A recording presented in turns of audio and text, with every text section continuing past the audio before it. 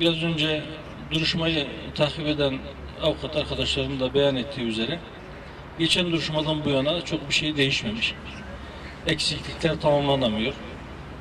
Sebepler üzerinde belki tartışılabilir ama bir anlamda devletin çivisi çıkmış.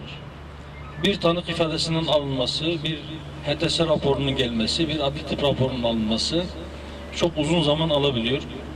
Adalet gecikiyor. Soruşturma aşamasında da yine yapılan çok büyük yanlışlardan dolayı çok ciddi eksiklikler var. Bu dosyada sadece o gün sokakta olan bizatihi tetikçilik yapan insanların bir kısmının yargılanıp ceza alması kamuoyunu tatmin etmeyecektir.